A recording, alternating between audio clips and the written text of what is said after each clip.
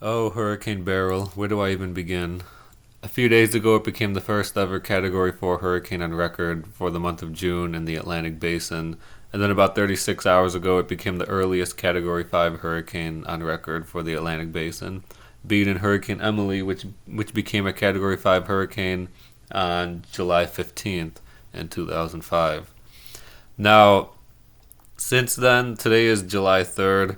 Since in the past 36 hours, its Beryl has been facing some wind shear, so it's that started to bring it on a weakening trend, and you can clearly see that on the satellite view this morning. The eye has filled in. We no longer have a clear eye anymore like we did a few days ago, and the storm is looking a little bit more ragged. You can see we have a lot more convection on its eastern side. But for reference, here's Jamaica right here. And so the center of the storm is a bit to its southeast of Jamaica, and it should continue on a west-northwest trend, perhaps staying just to the south of Jamaica later today and tonight, bringing the worst of the weather along the southern portion of the island, the worst of the wind. But the entire island should be facing a huge rainfall threat and flooding threat out of this. But with the small size of the storm, it'll keep the more stronger winds confined to the far southern side of the island, I do believe. So this is the official National Hurricane Center forecast path as of early on July 3rd. Right now they have it as a 145 mile per hour Category 4 hurricane. I would expect that to be a little bit weaker in the next update, but over the next 24 to 48 hours, it should continue on a general weakening trend as it faces some of that wind shear, and also on a general west-northwest trend before it makes landfall in the Yucatan Peninsula early on Friday morning as a possible low-end hurricane. And then beyond that, it should reemerge as a tropical storm over the Gulf of Mexico. And then once we get into this weekend, there's a lot more models spread on where it could go. It could either continue on a west-northwest trend into Mexico, but some of the models over the past 24 hours have been making it more likely or more possible on a more northwest trend into southern portions of Texas. And I'll show you why they're doing that, why the models are doing that now, a little bit more now over the past 24 hours. So that's why the NHC now has southern portions of Texas in their cone of uncertainty. Okay, so now I'll show you the upper levels on what could help steer Hurricane Beryl once it emerges in the Gulf of Mexico. So what we're looking at here is the European model's 500 millibar heights and height anomalies. So anywhere in orange is upper level ridges, and anywhere in blue is an upper level trough. So as of right now on July 3rd, we have a pretty large subtropical ridge over much of the southeastern United States. And we also have a trough starting to dig in across the north, across the upper Midwest and southern Canada. These are going to be the two main culprits about what will help steer and what will help guide Hurricane Beryl and where it will decide to go beyond the Yucatan Peninsula, if it'll continue going straight westward, west-northwestward into Mexico, or if it starts to feel the pull of this trough across the north, that'll help pull it into portions of Texas. So as we go over the next few days and into this weekend, notice how that subtropical ridge over the southeast starts to weaken quite a bit and move eastward over Florida. That'll help guide Hurricane Beryl on a west-northwest track still. And also notice the trough that starts digging in across the north, especially once we get into Sunday and Monday.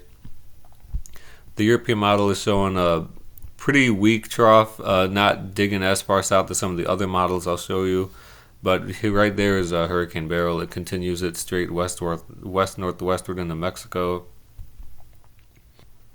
Now the Canadian model is also showing a pretty weak trough and pretty far north across the central U.S., but it is showing a stronger subtropical ridge over Florida. That'll make it more tough for Hurricane Beryl to pull northward, so that's why the Canadian model continues Beryl on a west-northwest track into Mexico. Now the GFS, for comparison, is showing a much stronger trough over the northern United States and pulling a bit further south, so with that it's pulling Hurricane Beryl northward quite drastically into Texas because it will feel that stronger trough and it will be pulled into the northwestern Gulf of Mexico. And the Icon model is showing a similar thing, a deeper trough across the central United States, and because of that, it pulls Hurricane Beryl northward there.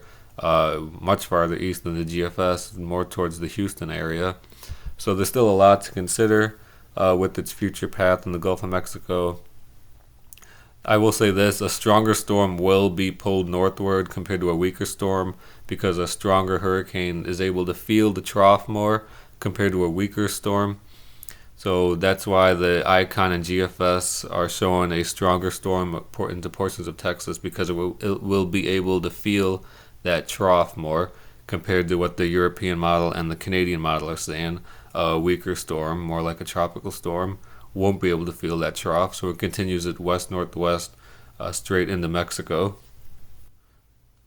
And then I want to show you the surface forecast for what these models are saying about Hurricane Beryl. Also, this will be valid for around Sunday night on July 7th. First off, with the European model showing it go straight west-northwest into Texas as a 990, about low 990s millibar tropical cyclone. That would make it more on a tropical storm scale. The Canadian model is showing about the same thing, a little bit faster, but it also keeps it as a tropical storm in the 990s millibars into portions of northern Mexico. Now the GFS, like I said, it's showing that stronger trough to the north, so it's able to pull Beryl northward, and as a hurricane in the 970 millibars it's forecasting there right off the coast of southern Texas. And then looking at the Icon model, showing a similar thing with that stronger trough to the north, it's able to pull Beryl northward, and also as a hurricane in the 970 millibars there across the northwestern Gulf of Mexico. So just a lot of things to consider right now. Anyone living in Louisiana, Texas, northern Mexico should keep an eye on this storm because there's still a lot of variability going on. And then so looking at some of the hurricane model forecast tracks, this is using the website Tropical Tidbits. Over the next 48 hours, there's a lot of consensus that it'll continue on a west-northwest track into the Yucatan Peninsula. And then beyond that, there's a little bit more spread as once it reemerges in the Gulf of Mexico. Some of them continue it on a west-northwest track into Mexico, northeast Mexico, while some pull it more northward, like I just said, into portions of Texas. Now here's the GEFS model and its ensemble runs. They're a lot more further north than the hurricane models I just showed, putting the entire Texas coastline under threat of a landfall, even far western Louisiana. And you can clearly see the hurricane taking the track along that western edge of that subtropical ridge over Florida. Now here's the model intensity forecast for Hurricane Beryl from some of the hurricane models. You can see that they're all pretty much agreeing on a general weakening trend over the next 2 to 3 days before landfall in the Yucatan Peninsula. The majority of them are showing a tropical storm to a Category 1 hurricane, but some of them are still keeping it as a Category 2 or 3 hurricane by the time it makes landfall. And then beyond that, when it reemerges in the Gulf, the weaker models, the models that are showing a weaker storm, strengthen it back up into a Category 1 hurricane in the Gulf of Mexico. But some of the models, like these ones up here, don't weaken it as much over the Yucatan and actually bring it back up into possibly a Category 2 or Category 3 hurricane by the time it makes its second landfall. And I bet these are the models that are showing more of a northward turn into Texas because a stronger storm will be able to feel that trough more easily and pull it northward. So there's still a lot of uncertainty, and once the storm moves into the Gulf of Mexico, will it move straight westward into Mexico, or will it get pulled northward into Texas? And then also, we don't really know the intensity yet. Will it be a more weaker storm? Will it be a more stronger storm?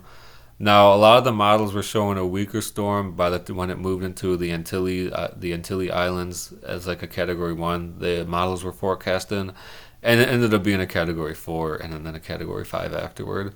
So we really don't know the potential of this storm. It could be a lot stronger than we think by the time it gets into the Gulf, or it could stay weak like some of the models are showing. There's a lot of uncertainty with this. So basically anyone from northeast Mexico into Texas, even Louisiana, should keep an eye on this storm. We don't really know exactly what's going on with it yet. By the time I post this video, like I said, then there probably will be a little bit more accuracy than what this video is showing itself. So I will probably be posting like short videos onto my shorts feed over the next couple days just to keep giving you updates on this storm. And with that being said, I hope everyone follows this storm carefully and takes the proper precautions. And I hope you have a good day, guys. See you next time.